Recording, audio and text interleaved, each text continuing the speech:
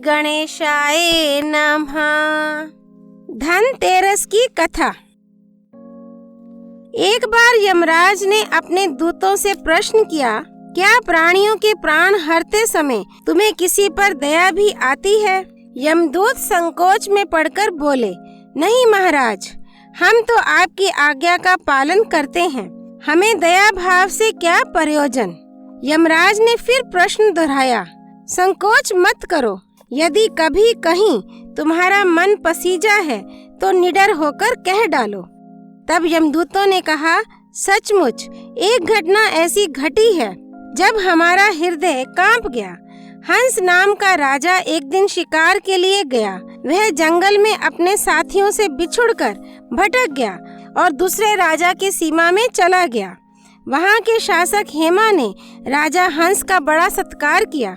उसी दिन राजा हेमा की पत्नी ने एक पुत्र को जन्म दिया। ज्योतिषियों ने नक्षत्र गणना करके बताया कि यह बालक विवाह के 4 दिन बाद मर जाएगा।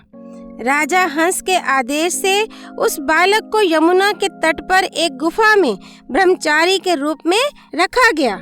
उस तक स्त्रियों की छाया भी ना पहुंचने दी, किंतु विधि का विधान तो अडिग होता है। संयोगवश एक दिन राजा हंस की राजकुमारी यमुना के तट पर निकल गई और उसने उस ब्रह्मचारी बालक से गंधर्व विवाह कर लिया। चौथा दिन आया और राजकुमार मृत्यु को प्राप्त हुआ। उस नव परिणता का करुण विलाप सुनकर हमारा हृदय कांप गया। ऐसी सुंदर जोड़ी हमने कभी नहीं देखी थी। वे कामदेव तथा रति से कम ना थे। इस युवक को कालग्रस्त करते समय हमारे अश्रु भी थम ना पाए थे। यमराज ने द्रवित होकर कहा, क्या किया जाए, विधि के विधान की मर्यादा हेतु हमें ऐसा अप्रिय कार्य करना पड़ा।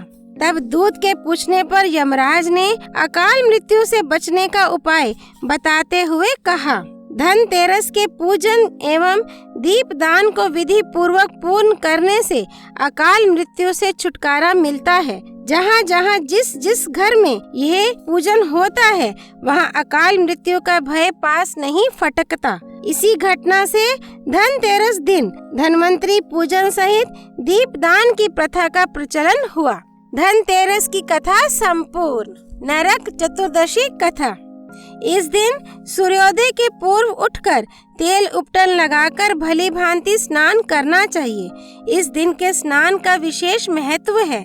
जो लोग इस दिन सूर्योदय से पूर्व उठकर स्नान नहीं करते, वर्ष भर उनके शुभ कार्यों का नाश होता है, वर्ष भर दुख में बीतता है, वे मलिन तथा दरिद्री रहते हैं। इस दिन स्नान आदि से निपटकर यमराज का तर्पण करने 3 अंजलि जल अर्पित करने का विधान है। इस दिन संध्या के समय दीपक भी जलाए जाते हैं। इसे छोटी दीपावली भी कहते हैं।